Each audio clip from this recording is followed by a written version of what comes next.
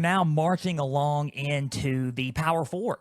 And we were this past Tuesday at the Group of Five. Now we're in the Power Four, kicking it off with the ACC because, like I said, man, it's conference standing projection season. I'm fired up. I'm ready to rock and roll. And I am just fired up about this, giving you this guy's list. This list is going to be awesome. Tomorrow, the full list will be posted on all socials, which was Friday. Good luck with that because today's Thursday. But I'm going to talk to you about who's 17 through 1 in the conference standing projections for the ACC. Guys, we are rocking and rolling during the offseason. A lot of good stuff happening during Pigskin Frenzy and coming up very, very soon. And with that being said, welcome to Pigskin Frenzy on this beautiful Thursday afternoon. Thank you for joining us. I'm Joel Norris. And whether you're watching on YouTube, listening on Spotify, listening on Podbean, listening on Apple, a big thank you for taking some time out of your Thursday to just sit back, watch, and listen to some college football coverage presented by me. Now, if you're watching on YouTube, subscribe to the channel, like each episode, leave comments down below. Spotify, Podbean, and Apple, all you got to do is just share around with others and follow on there as well. X and Instagram at Pigskin_Frenzy. Follow, like the pages there. You're going to get episode updates. You're going to get news and highlights from across college and NFL football, college football. You're going to get trivia questions on Instagram stories. Go and answer today's college football question, and you're going to also get exclusive content to Pigskin Frenzy on all social platforms, X and Instagram. Guys, the website's www.pigskinfrenzy.weebly.com. There you're going to find all things up to date for Pigskin Frenzy. Home and About Me page. Learn more about me as your podcast host. You're also going to find a contact info down below. Name, email, and question. I'll answer it on air or off air if need be. There is a platforms, store, and affiliations page. All the platforms pages. Click on that page and you can find all the platforms that we're on that page. More on the store and affiliations page coming soon. That is www.pigskinfrenzy.weebly.com. Guys, big show today, and just Pigskin Frenzy just getting bigger in general. 5,000 plus and counting listeners, all-time listeners. Thank you for across all platforms tuning in every Tuesday and Thursday. Just for tuning in and listening to me talk about college football and us giving you some college football knowledge and stories and coverage. And guys, we could not do this without our Lord Jesus. We're so thankful for letting him, giving us another day alive to talk about some college football and another Thursday to talk about some college football, because without him, we wouldn't have Pigskin Frenzy, and we glorify and praise him for all that he does in our lives. Guys, college football day today, conference standing projections for 2025. We're entering the ACC. ACC, amongst others, is, I guess, if you want to call it considerably, I wouldn't really say considerably weak, but a lot of people call it considerably weaker conference. I don't think that at all. I'm not one of those guys. Do not question me on that, and do not talk to me and come bash me about it. I'm just saying what others say. I've already given you kind of a spoiler on the ACC conference standing projections in previous episodes. Go back, and if you want to talk about listen to my spring outlooks and my spring result episodes, you can do that. And if you want a slight, I wouldn't say all the way spoiler, but slight spoiler on what I was leaning towards in this ACC conference standing projections. But now that we're here in June, we're here for the conference standing projections for the ACC. Number 1 may not shock you, but number 2 just might, and I cannot wait to talk to you about that. 17 probably won't, but you're gonna think this list may shock you a little bit, and you're gonna be like, no way. But yeah, I'm gonna have to agree.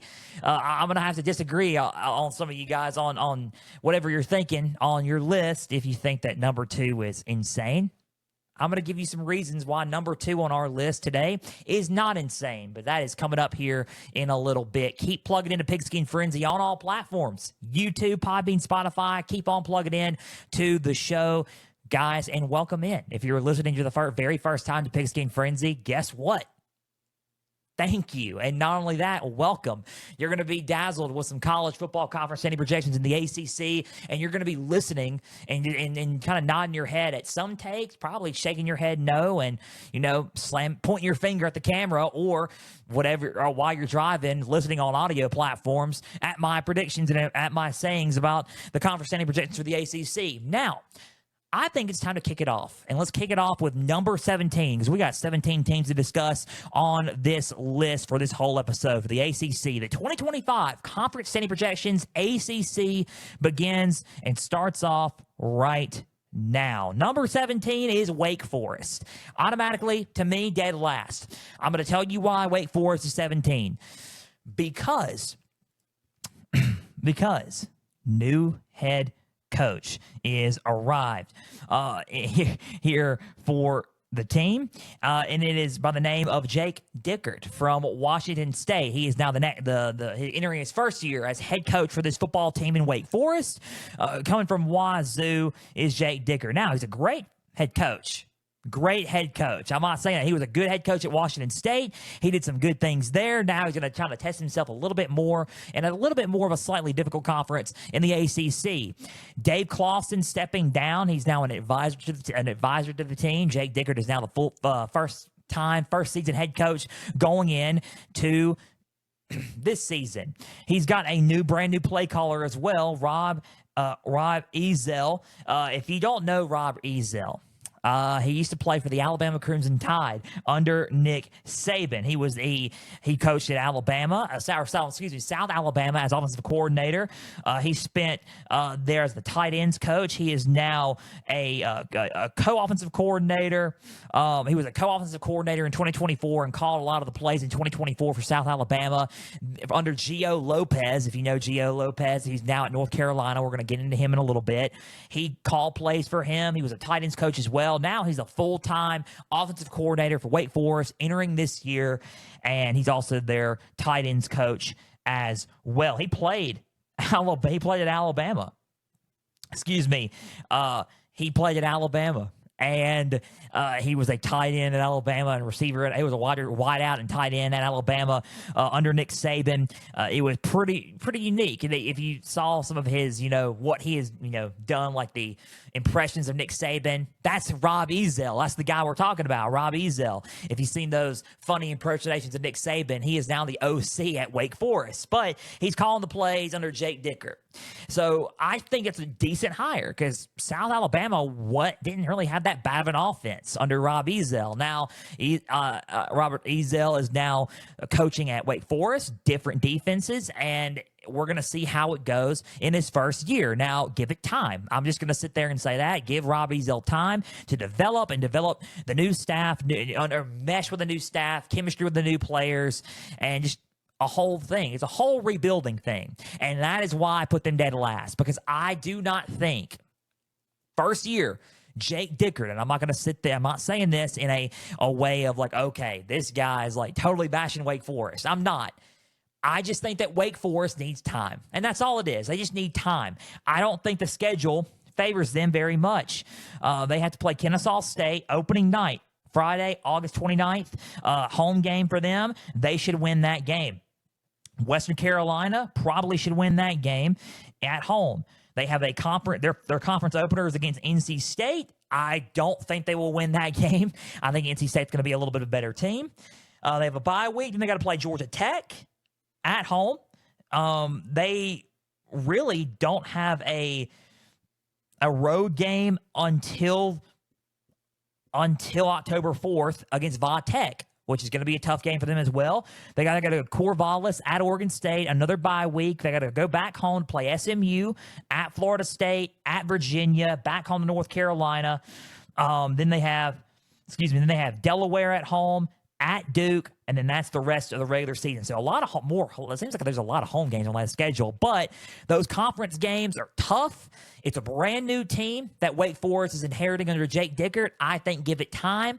I say 17 is the best bet right now. They got some good and up-and-coming talent. I just think that Wake Forest right now is in a rebuilding year with a lot of guys who were leaving from the portal after Dave Clawson left, and I think new coaching staff got to have a full season to gel. I just think right now 17 is suffice for Wake Forest as number 17 in the ACC. So number 17, Wake Forest. Now, let's talk about number 16, because number 16 is a very interesting one. It's Stanford. Stanford at number 16. Andrew Luck is the GM at Stanford. He is the one that made the decision to fire Troy Taylor due to allegations and just not really a good fit for the program. Now, Frank Reich is their interim head coach for one full season. Their interim head coach, while Andrew Luck looks for a full-time head football coach for the Stanford Cardinal, while Stanford's in the middle of looking for an athletic director. So the guy who is being reported to is Andrew Luck, and he's making all the decisions currently since there is no AD. Now, Let me tell you why Stanford's number 16. I think due to Taylor leaving, it is to try to rebuild. Right? I think that took a significant step back. I think looking for a head coach, looking for an AD, I think that's really, really tough on Stanford's football program. I think they have a slightly good roster, but I think that it's in terms of rebuilding that whole roster, it takes a significant step back. And I think that is why I place them at number 16 at this current time. I think Frank Reich's a good head coach. He's only there for an interim basis. I think they could make some noise. I still remain high on that assessment from what I talked about in a previous episode of Pigskin Frenzy. But I think looking back on it, it did take a significant step back in rebuilding. So number 16, Stanford. Let me tell you about their schedule. They had to play Hawaii in week 0. That could be a win. It's in Hawaii, though. Then their next game is on the road at Provo, Utah, Saturday, September 6th, in week 2, because they have a bye week 1. So week 0, then they have a bye week 1, and then they got to play week 2 at BYU. That's a loss, I think, versus Boston College at home. Then they got to play at Virginia. Got to go all the way to at Virginia. Then they got to go back home to play San Jose State. They got to play at SMU, back home to Florida State, at Miami, versus Pitt, back at home, at North Carolina, back home to Cal, and then their last game's against Notre Dame.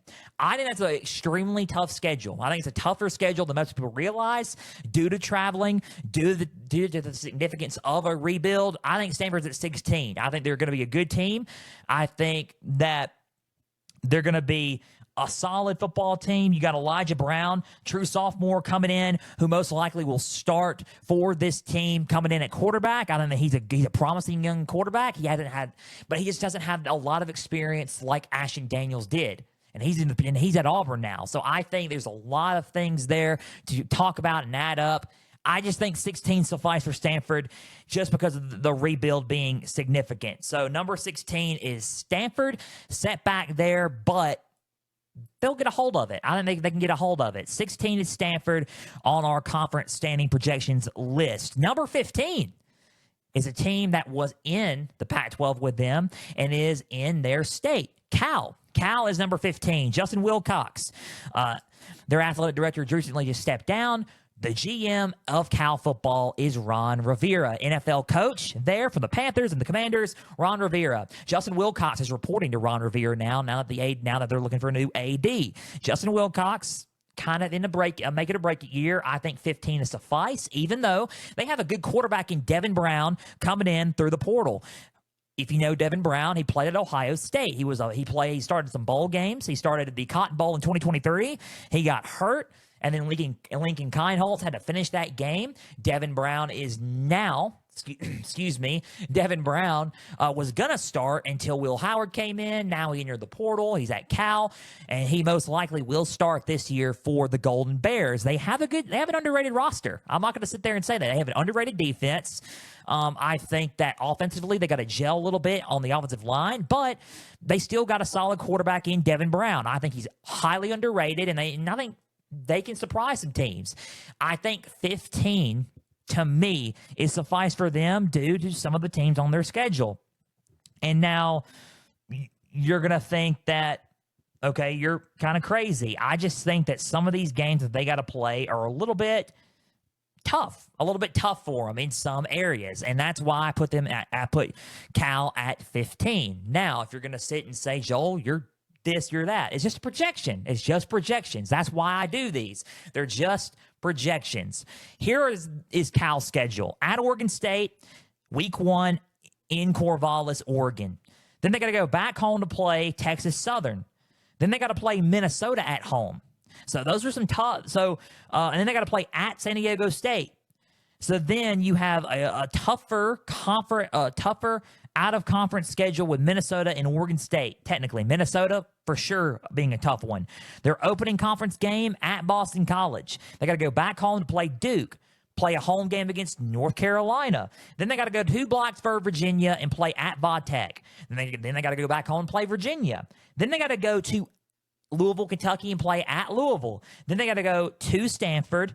Then they end their season against SMU. I think SMU, Louisville, Minnesota, even out of conference. I think Vatech, North Carolina, Duke, and Boston College, I just really don't favor them in a lot of those games. I think defensively they can hold up. They surprised me last year. I just think this year there's some tough teams that have elevated a little bit, and I think that Cal is going to be in a tough game. I think Duke's going to be a tough one as well. I just think Cal is 15 due to their schedule. I think it's tough. I think Devin Brown's a good quarterback. I think they got to work out some things offensively on the interior offensive line. That's it. And I think that Cal is 15 due to those reasons. I think Cal is 15 on our conference standing projections. Well, I know that Cal is 15 on our conference standing projections. We'll see what happens during the season, though. Number 14. On our list, though, number 14 is Virginia, the Virginia Cavaliers. 5-7 is not a good record, but it is a significant improvement for Tony Elliott and company when 2023 was 3-9. Okay, so it is a significant upgrade. Now hear me out. Could they actually make a bowl game this year? It's a make it or break it year.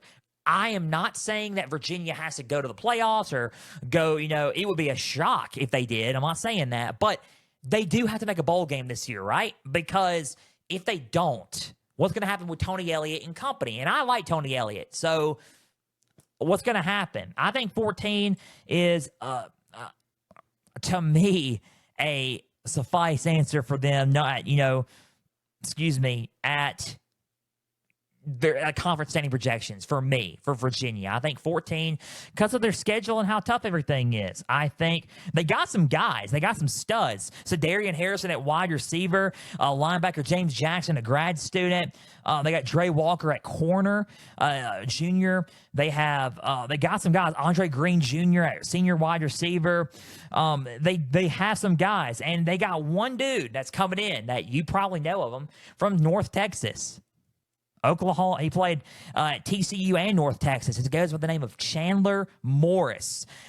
Graduate transfer from North Texas. Chandler Morris coming in, 6 foot, 192 pounds. Chandler Morris knows how to sling the rock. He's a veteran quarterback. He knows how to make good decisions, and he's playing for the Virginia Cavaliers. I think that Tony Elliott picked up a solid quarterback to lead this offense, and that is why I think they have a shot at surprising teams. I think with Chandler Morris being their starting quarterback, they have a shot at winning some ball games and surprising a lot of teams that really wasn't expecting Virginia to sneak up on them like that, right? But I think Morris being at their quarterback is a good addition, and that kind of gives them a leg up in the rankings. But I think 14 to me is suffice because of who's on their schedule, and not only on who's on their schedule, but just because I think their defense, a tiny bit of their defense needs to be adjusted, I think. So, and that's what I saw in the spring game. So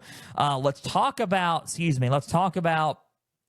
who they're playing, who their schedule is, and let's discuss that. Coastal Carolina is first at home. That should be a win.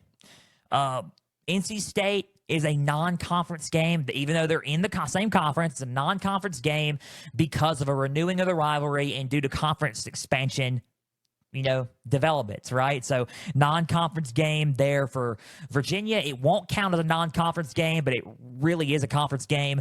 They got to play at NC State. That's a tough game there. You got to go play William and Mary at home. That should be a win. A home game against Stanford, a home game against Florida State. You got to go play Louisville, at Louisville, home game against Wazoo, Washington State, at North Carolina, then at Cal, Wake Forest at home, at Duke, and then they got to go back home to play Vatech. I think there's some games on that schedule to me where that's going to be tough for them, especially on the line of scrimmage, defensively and offensively. I just think right now, to me, 14's the best thing right now for Virginia. I think they're going to be a lot better than they were last year. I had them dead last year, almost close to dead last. I think For me,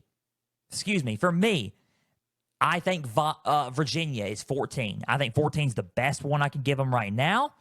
I think that, Virginia is going to do a little bit better than I think last year, maybe. Could win 6 games. I just think that they got some teams on that schedule where it's going to be tough for them. So number 14. Number 14 is Virginia. Number 13 is Boston College. Number 13 is Boston College. Let me tell you something about Boston College. Even though Thomas Castellanos is now at Florida State, he did kind of help deliver Boston College to a 7-6 record. Bill O'Brien in his first year won 7 games, made it to a bowl game. They upset teams like Florida State, who Florida State wasn't really that good last year anyway, but still, Boston College did really, really well. I think Boston College, to me, has some good players. They got 2 transfer quarterbacks in Dylan Longergan, coming from Alabama, sophomore transfer quarterback coming from Alabama. Grayson James, redshirt senior, who could start as well. He came from FIU. 2 quarterbacks there that, who knows, could start between both of them. Let's see who starts. Either it's going to be Dylan or Grayson. Who knows? You got guys like Jaden Skeet, junior wide receiver. And what about guys like Bryce Steele, a redshirt senior at linebacker for this team on defense? They got some guys on this team. I just think 13 is going to be the suffice answer there because of the schedule. I think who they got on their schedule is a little bit tough. And I think they got they got a really tough schedule. I think 13 is the best ranking I could give them and best thing I can give them. Let's go over their schedule, though. Fordham, home game opener. That should be a win. If you want to look at Michigan State, that is an out-of-conference game at Michigan State. That could be a barn burner. Could go either way. Boston College may surprise them. Who knows? At Stanford, they're opening up their conference game, their conference schedule. Back home to Cal. At Pitt, and Pitt's going to be a good team. You're going to be kind of weirded out where I put them, but I think Pitt's going to be a solid team, just not in the top 5. At Pitt, they got to go back home. They got to go back home and play Clemson. Got to play UConn out of conference game at home. They got to go to Louisville and play Louisville. They have to go back home and play Notre Dame out of conference. They got to play a home game against SMU conference, home game against Georgia Tech conference, and then at Syracuse on the road for their last game. Luckily, a lot of their harder games are at home. They have a tough game on the road against Louisville, but a lot of their tougher games are at home. So that's a good sign, but it's still going to be a tough game against a lot of good football teams. I think 13 is the best one I could give them right now. I really don't favor them against Clemson at all. I really don't favor them against Georgia Tech. I really don't favor them. I think Louisville and SMU could be some good games. I think I favor them against Louisville ahead of SMU a little bit, but I think those 2 games, I still favor Louisville and SMU. I think just roster-wise, they're good, but they're not like those teams at the moment. I think 13's a good one for Boston College. I favor them at that spot there. Number 13 is Boston College. I think they're a solid team. They're just not up there yet. Now, they could win 8 games. Who knows? They may surprise some teams. I just think their schedule's pretty tough. And I placed them at 13 due to that. So 13 is Boston College on my list. Number 12 is Virginia Tech. Kyron Drones is a solid quarterback. Do not get me wrong. He is a good quarterback for this Virginia Tech Hokies team. I'm just worried about the coaching at this point. I think Brent Pry is entering a make-it-or-break-it year. To me, he's on the hot seat at Virginia Tech entering this year. I think Vodtech, with some of the talent that he's got, has to do something. He's got Philip Montgomery, an offensive coordinator, Saifskis as defensive coordinator. I think Brent Pry is got some players. I just think that overall, they keep losing clutch games when they don't really need to, when they have the wins, right? So I think Brent Pry needs to get some wins under his belt this year. I think 12 is suffice because of who they got on their schedule, really. Quentin Reddish, safety, got some good players. Kyron Drones, like I said, at quarterback. I think they got some guys at wide receiver who were good. Tyke Heath, redshirt sophomore. Donovan Green, graduate student coming from Wake Forest. They got some guys excuse me, they got some guys at defense like linebacker, like Jordan Bassett linebacker from Pitt. They got some guys from the portal who were coming into Vatech and playing for them coming into this year. But especially on defense, I think defense is really, really good. That's what they needed to work on, and they're building their defense up. So that's a positive sign for the Hokies. I think their schedule is pretty tough, and I think that they do have some talent, but not enough talent on the offensive line to help out Kyron Jones. And that's what's questionable for me is their O-line. Now, South Carolina is their opening game. I think that's a tough out-of-conference game. It's in neutral site in Atlanta on a Sunday, August 31st, in the Aflac kickoff game. Tough opening game there. Vanderbilt at home. Going to be a tough one there against Diego Pavia and company. Old Dominion should be a win at home. I think they got to play Wofford at home. Should be a win there. I think they could start the season 2-2, honestly, because of playing Vanderbilt and South Carolina out of conference. In conference game, they kick off their conference game against at NC State. That's going to be a little bit tough. They got to play at home, go back home to play Wake Forest.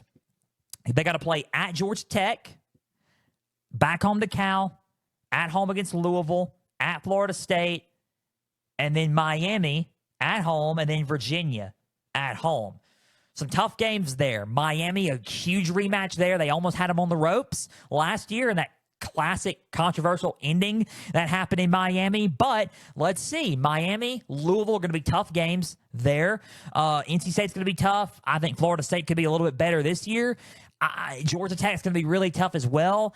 I think that 12 is a good spot for Virginia Tech. I think they're a good team, but I think 12 is a good spot from them. I think due to some of the teams that they have on their schedule that are going to be really, really tough. So Virginia Tech for me, due to Kyron, even though Kyron Jones is a solid quarterback, I think Virginia Tech is 12. I think Brent Pry needs to do a little bit of digging, I think, to get some wins under his belt this year. Really, really tough year and make it or break it year for Brent Pry. Virginia Tech, number 12 on our conference standing projections. Number 11 on our list is North Carolina State. Go Wolfpack, baby.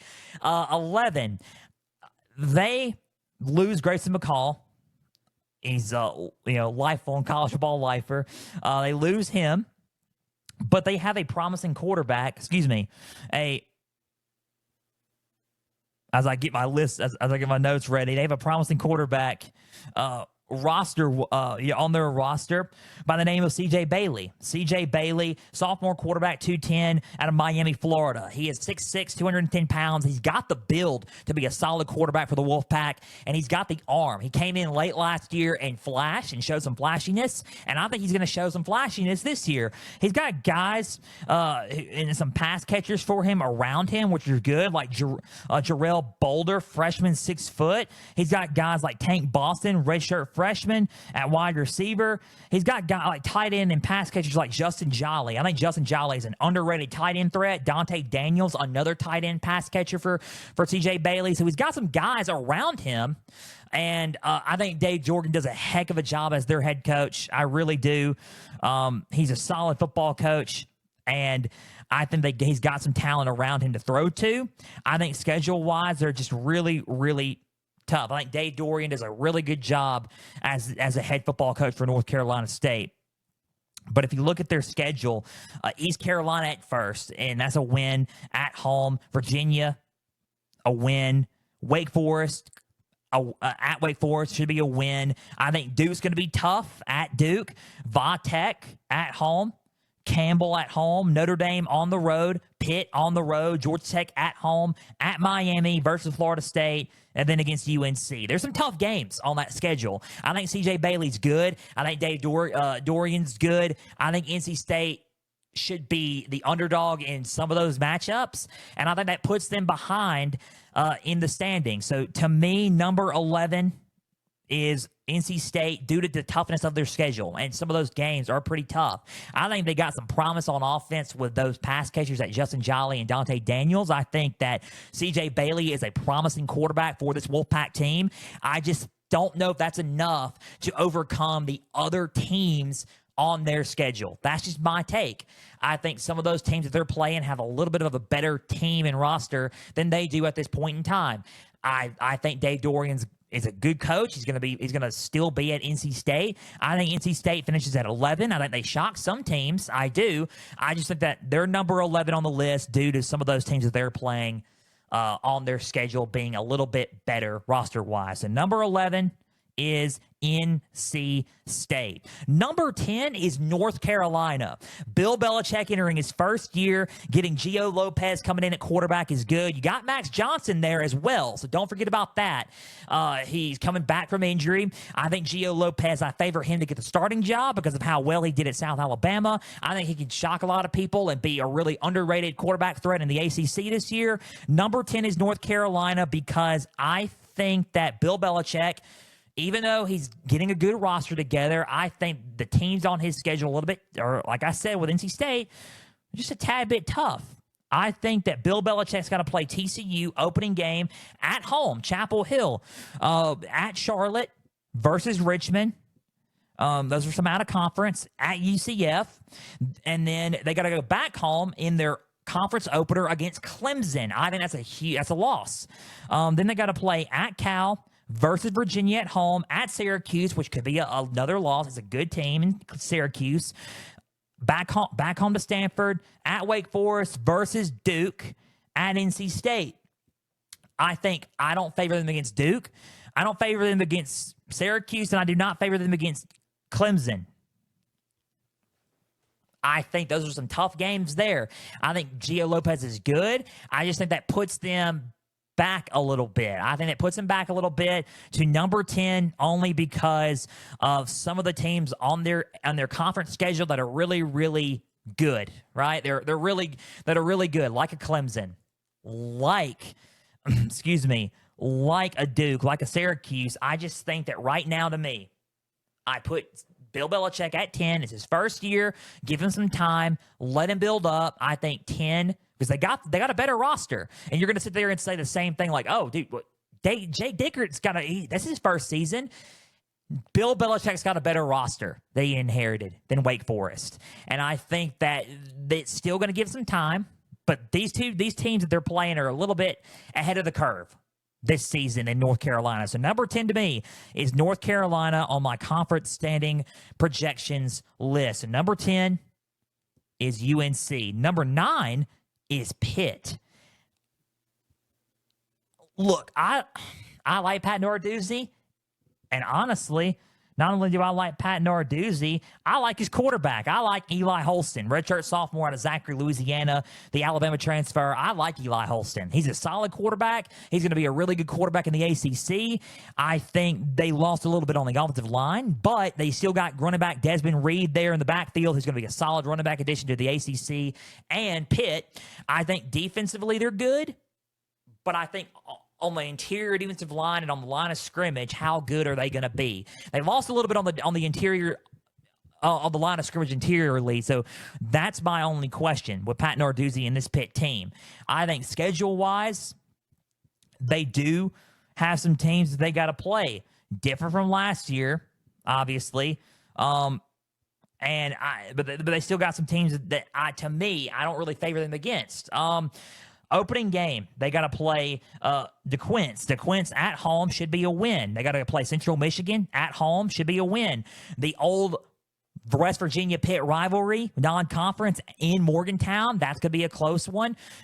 I think that could go either way. Back home, starting off their conference game against Louisville. Tough conference opener against Louisville. That could be, I don't really favor them against Louisville, even though Pitt is a good team under Eli Holston. I think it could go either way, but I slightly lean towards Louisville. Boston College, I favor them against Boston College. At Florida State, at Syracuse versus NC State, at Stanford, at a conference game against Notre Dame, at home, at Georgia Tech versus Miami. And that is how their season ends, back at home against Miami. Tough games there.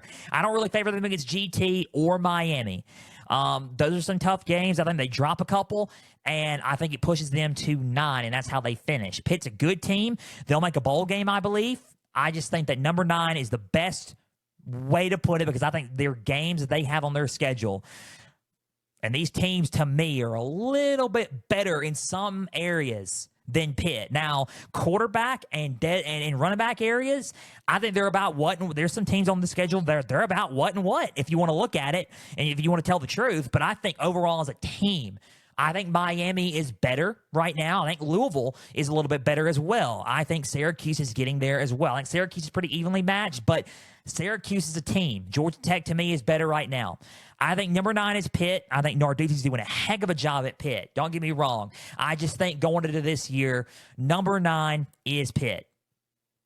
Point blank. I think Pitt is number 9 at the end of the year because of some of the games they have on their schedule that are really, really tough, especially in their conference. So number 9 is Pitt. Number 8 on our list as we continue to march down. You're probably thinking, we're getting there. You're getting there. 35 minutes into this episode, guys. Keep plugging into Pigskin Frenzy. Thank you guys for tuning in to Pigskin Frenzy. Number 8 is Duke. I think Duke is number 8 because of the way they played last year. They went 9-4 in Manny Diaz's first year. Manny Diaz is a very underrated and good head coach. They bring a lot of their guys back from last year's 9-4 team. And Malik Murphy's gone, but they do get a new highly touted quarterback in Darian Mensah from Tulane. I think he's going to be a stud at quarterback for this Duke team. I think number 8 because of a little bit of the teams that they have to play on their schedule. I think they got it. They got Jarquez Moore at running back. They got the running game. They got the quarterback battles. I think O-line, they're building even more, which is good.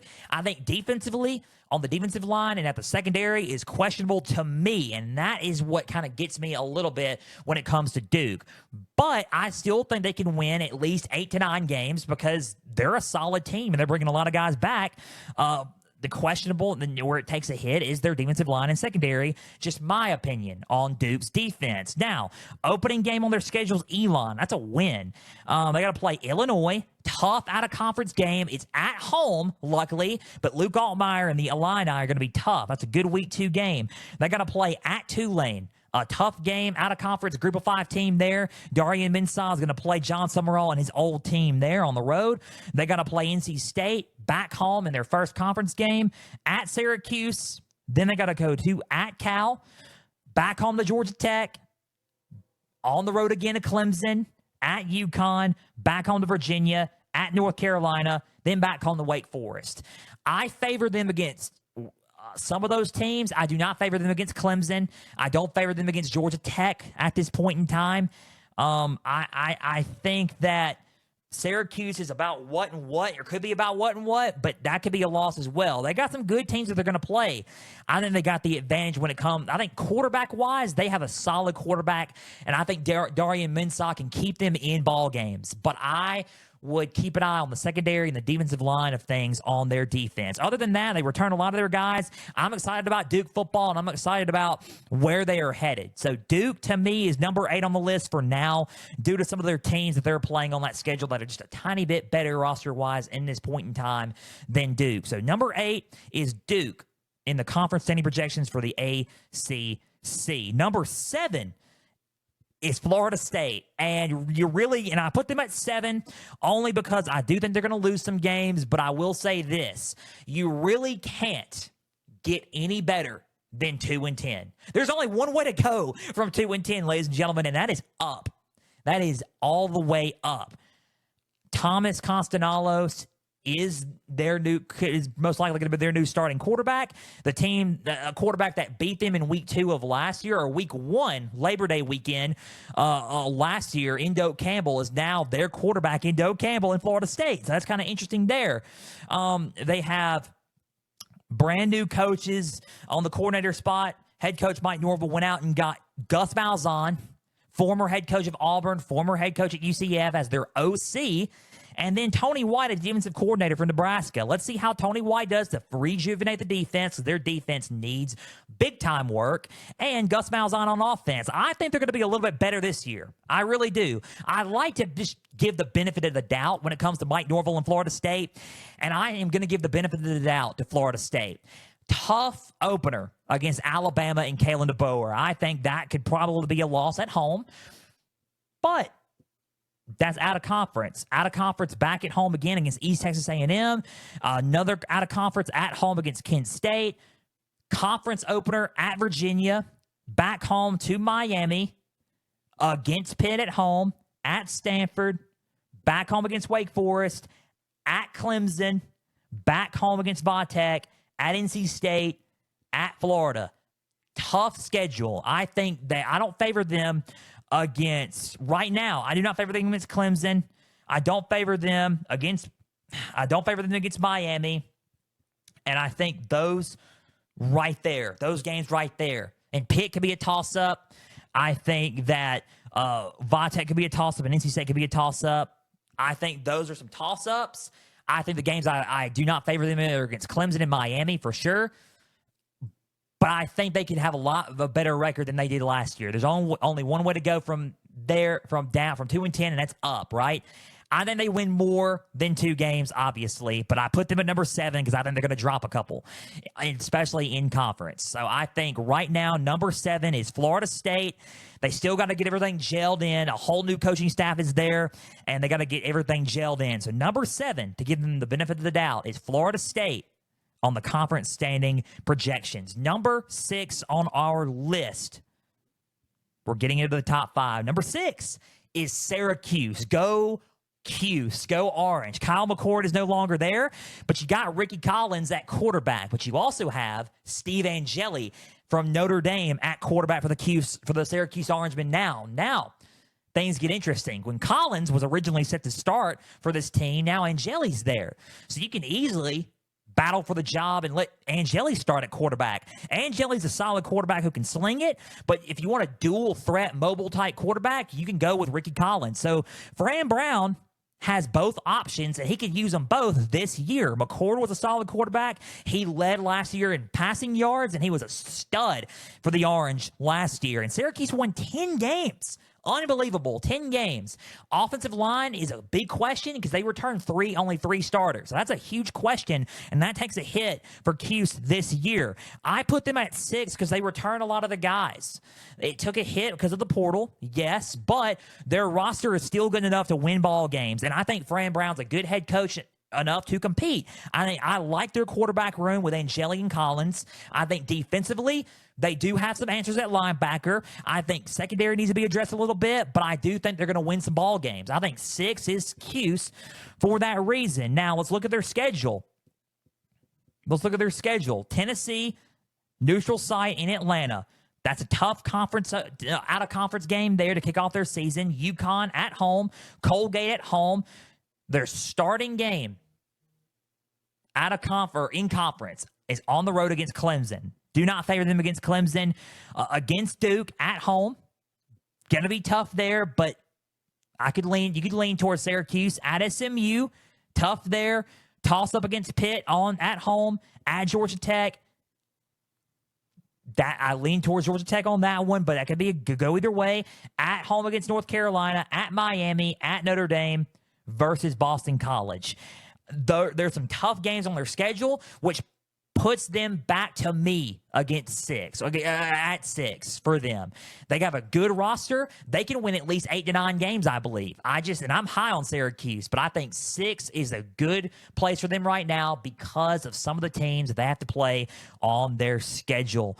But their roster is good, and I think they can compete. I will think they will compete in some of those games.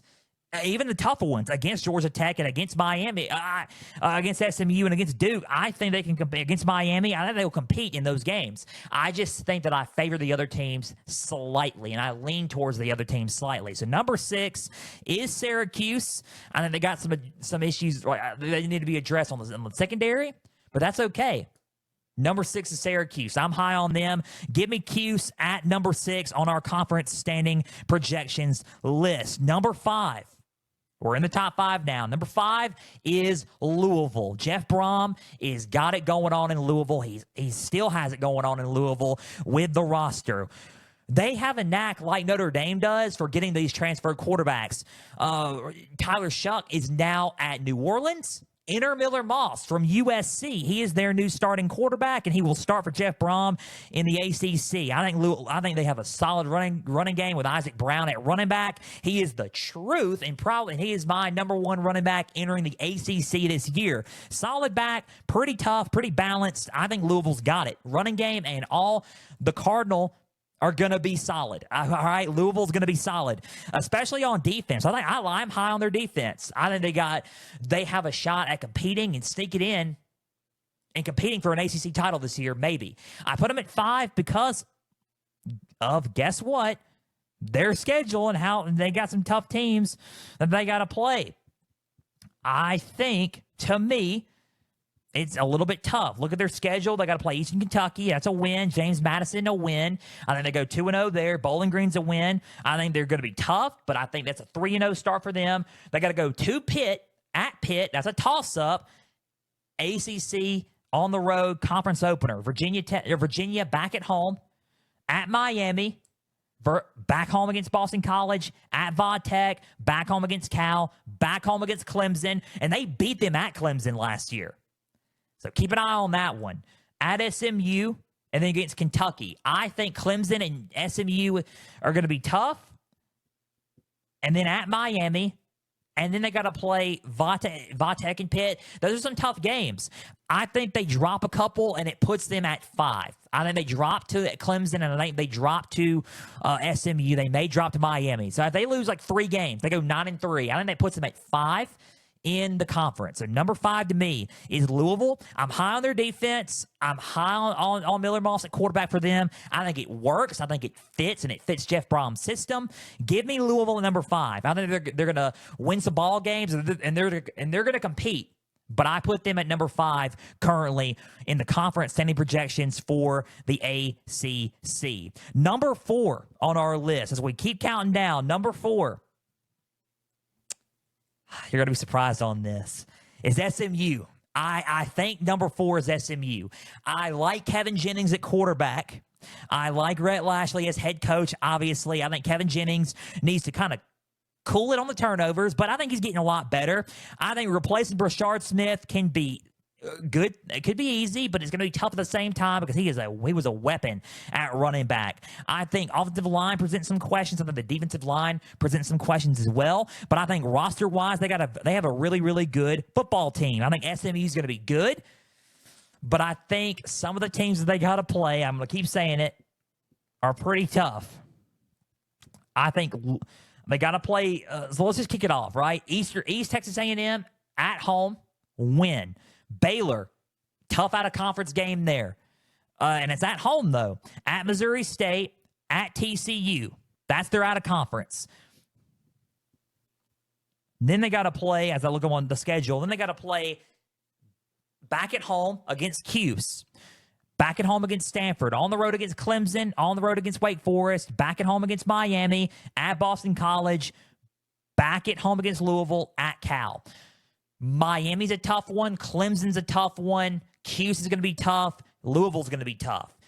That could go either way. I think they drop a couple and they go to number 4 in the standings. I think SMU's a good football team because I favor them in majority of their games. I just think that some games like Clemson, games like Miami, I favor them against SMU. So to me, number 4 is SMU, and it drops into number 4 on the conference standing projections list. Number 4 is SMU on our list. Number 3 on our list is Miami. And you're thinking, no, you did not put them at 2. And I'm going to give you my reason on why I put them at 2 in a minute. But number 3 is Miami.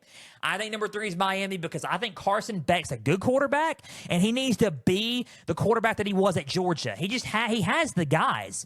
But is he going to be 100% after that elbow injury? And that's the scary thing that I'm wondering is the elbow thing. They have a tough opener against Notre Dame. Don't get me wrong. I think they got a lot of answers to pull on defense. I think they got the roster and the talent, and they got the team. Mario Cristobal's a phenomenal head coach. I think they have a shot at going back and competing for an ACC title like they are this year. I think Carson Beck does need to step up if he's healthy. He's got some of the weapons. But will he? Will he be 100% healthy? That's my only issue with Carson Beck at this point right now. Because you got to remember, he hurt himself pretty bad in that SEC championship game with Georgia against Texas in December. Can he heal from that elbow injury in time and be 100% healthy to be that solid 2023 Georgia Carson Beck that he was back in Athens in 2023? Can he be that guy for this Miami Hurricanes team? That's the only question that I have for Carson Beck at Miami. Their schedule is a little tough. I think their defense is gonna need to step up as well. I mean, if you want to look at their defense, if you want to look as we go to the coaching staff, if you want to look at their defense, if you want to look at how they got Corey Breckman there at defensive coordinator, that's going to be something to keep an eye on. I think their defense is going to be something to keep an eye on. Are they going to be a lot better? They look a lot better, obviously. They look a little bit more physical. And I think those are some things that you got to keep an eye on for Miami. Are they going to be physical in games and a lot better than they were last year because it was non-existent? So those are some questions I have on Miami, but I think they got the roster and talent to compete with pretty much anybody on their schedule. And I think Miami's 3 for that reason. Notre Dame at home, opening game. Out-of-conference game against Bethune and Cookman. South Florida at home. Florida at home. Out-of-conference opener. Conference. Those are some out-of-conference games for them. Tough out-of-conference games with Florida and Notre Dame. Their conference opener is at Florida State, back home to Louisville versus Stanford, at SMU versus Syracuse at home, versus NC State at home, at Vatech, at Pitt. They avoid Clemson, which is good. They avoid Georgia Tech, which is good. I think the toss-ups are Louisville, SMU, Syracuse, Pitt, but I think they win in a majority of their games. I favor them and lean in a lot of their games. I think they drop 1 or 2, which puts them back to 3. And I think number 3 is Miami due to uncertainty of how healthy Carson Beck is and the defense still. So, number 3 for me is Miami on our conference standing projections list. Number 2 and 1. And who is in our ACC championship game and who I have winning the ACC championship game. Number 2 is Georgia Tech. You're thinking, are you insane? If you want to look at what happened last year with Georgia Tech and how well they did week 0 and in a lot of their games last season, go back and watch them. And watch what Buster Faulkner did as the offensive coordinator for that team and what Brent Key did for that team as head coach and how well they have a good 1-2 punch combo with Haynes King and Jamal Haynes. Then you're going to think, oh, this guy's not crazy after all. Because I'm not. Georgia Tech is a good football team. And I think they are probably, to me, second favorites to win the ACC. I think they have a lot of their roster returned, besides like Eric Singleton and some other, and slightly other 2 teams. Not 2 teams, other 2 guys on their roster. They return a lot of their guys from last year. They're going to be a lot more experienced and a lot more ready. I think Haynes King is like the 2nd or 3rd best quarterback in the conference. I think he can throw it, he can run it, and he's going to be even more dangerous this year. Give me Georgia Tech, dude. I think Georgia Tech, let's look at their schedule. I am so high on Georgia Tech. Their receiving core is highly underrated as well. Yeah, they don't have Eric Singleton anymore, but they do. They do have Eric Rivers, redshirt senior, Isaiah Canyon, sophomore. They have guys like Bailey Stockton, redshirt sophomore. Malik Rutherford is still there. They have a deep defense at linebacker with EJ Lightsley. Deep defensive backs like Amari Harvey and Daquan White. I just think they have a solid football team. Their defense is starting to come together. Their team is starting to come together on offense. They have a deep running back room led by Jamal Haynes. What about Malachi Hosley, junior running back, 5'10", 205 pounds? And they just got some dogs on their team, and I'm really high on Georgia Tech. I really am. Let's look at their schedule. Opening game at Colorado. That could be a win for them out of conference. They got to go back home, play Gardner-Webb. Their opening conference game is against Clemson. I do not favor them against Clemson yet, but it's going to be a fight. I think they're going to compete with them. Back home out of conference against Temple, on the road against Wake Forest, back home against Tech, at Duke, back home against Syracuse, at NC State, at Boston College, back home against Pitt, and then Georgia. They could lose at least one or two games, maybe in the conference, but I favor them majority of their time in their conference schedule, besides maybe Clemson. They avoid some tough teams besides Clemson, and I think their schedule is favorable enough to go to the ACC championship. I really do. I do not favor them against Clemson. I'm going to get to that in a minute. Number 2 is Georgia Tech because I think they have the roster to go to the ACC championship game, and they have the roster to beat a lot of these teams in their conference schedule. So number 2 to me, due to their roster and due to the momentum that they have coming in from this past season, Georgia Tech is number 2 on our list. And number 1 is Clemson. Number 1 is Clemson. Spoiler alert, I said that a few weeks back. Clemson has LSU in their first game. If they lose that, I think they probably will go undefeated in the ACC in their conference schedule. If they beat LSU, they'll go undefeated overall in the whole season. I just think that Clemson is loaded on both sides of the football. They got Tom Allen, that is a defensive coordinator. That defense is going to be ultra aggressive. They have a solid receiving trio. They have the best quarterback or the best quarterback in college football. They have Antonio Williams, junior wide receiver. They have solid linebackers, solid cornerbacks, guys like linebacker Jamal Anderson, guys like sophomore corner Brandon Strozer, wide receiver TJ Moore at Clemson, sophomore wide receiver there. They have the best quarterback in the country with Cade Klubnik coming in, and I think he's a solid quarterback. He's developed quite nicely. I said I wanted to see him develop last year. He developed times 10. He can run it, he can throw it, and he's making better decisions. He's going to be even better this year, and he's the best quarterback entering college football. I think they're number 2.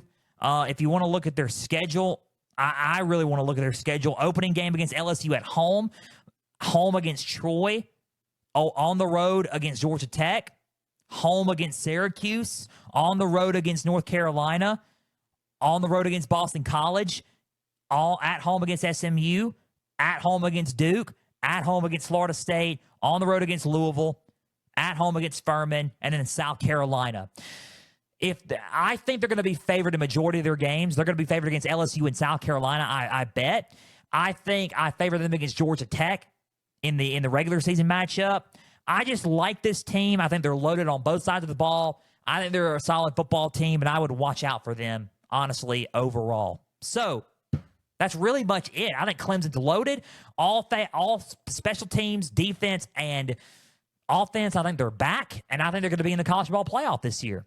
I really do. I'm high on Clemson. I'm really high on them. They're number 1 on our conference standing projections list. The ACC championship game is Clemson versus Georgia Tech. I think that's our ACC championship game, is Clemson versus Georgia Tech in Charlotte. Who do I have winning the ACC championship? I think Clemson beats Georgia Tech in a close game. Both times. Beats them in the regular season and in the conference championship, and wins the ACC championship. I'll give a score of 35-28. I think Georgia Tech will come close to competing with Clemson, but I think Clemson will beat them and win the ACC championship once again, and will go to the college football playoffs. So Clemson over Georgia Tech in the ACC championship game. Clemson is our number 1 team in our ACC conference standing projections. We will have the full list of the ACC conference standing projections for 2025 out tomorrow on X and Instagram at Pigskin_Frenzy. Follow and plug into both channels on there and comment down below to see who's on your list for the conference standing projections for ACC. Guys, we are out of time today. A big thank you for taking some time out of your Thursday to just sit back, watch and listen to some college football coverage and some conference standing projections presented by me. Now, if you're watching on YouTube, subscribe to the channel, like each episode, leave comments down below. Spotify, Podbean, and Apple, all you got to do is just share around with others and follow on there as well. X and Instagram at Pigskin_Frenzy. Follow the pages there. You're going to get trivia questions on Instagram stories. You're going to get exclusive content, news and highlights from across college football, and exclusive content on Pigskin Frenzy on both X and Instagram. Guys, the website's www.pigskinfrenzy.weebly.com. Guys, big thank you for tuning in today and listening. Guys, we will be back Tuesday with some more conference standing projections, this time with the Big 12. We have the Big 12 on tap coming up Tuesday. You're not going to want to miss it. We will have that ready to go on Tuesday. Guys, and we're so thankful for you guys tuning in each and every Tuesday and Thursday. 5,000 listeners and counting. We couldn't do it without you guys, and we couldn't do this show without our Lord Jesus. And we give him all the praise and glory for giving us this platform across all platforms to talk college football with you guys each and every week. And if you guys want to come to know Jesus, it's the best decision you can ever make in your life. X and Instagram at Pigskin_Frenzy, as well as the website on the contact info, name, email, and question on the website, www.pigskinfrenzy.weebly.com. You can contact me there as well. Contact me if you want to come to know Jesus as your Lord and Savior, because without him, we couldn't do this show. It's the best decision that you could ever make in your life. He is so, so good, and we're so thankful, and we love him, and we glorify him and give him all the praise for this show and the life that we have. Guys, we love you all. I hope you have a great weekend. We're praying for you all, and we love you all. We will see you Tuesday for another edition of Pigskin Frenzy and some more conference standing projections. And we're going to see you Tuesday for the Big 12. I'm Joel Norris signing off. We're praying for you all. We'll see you Tuesday for more conference standing projections for the Big 12. Guys, as always, stay the course.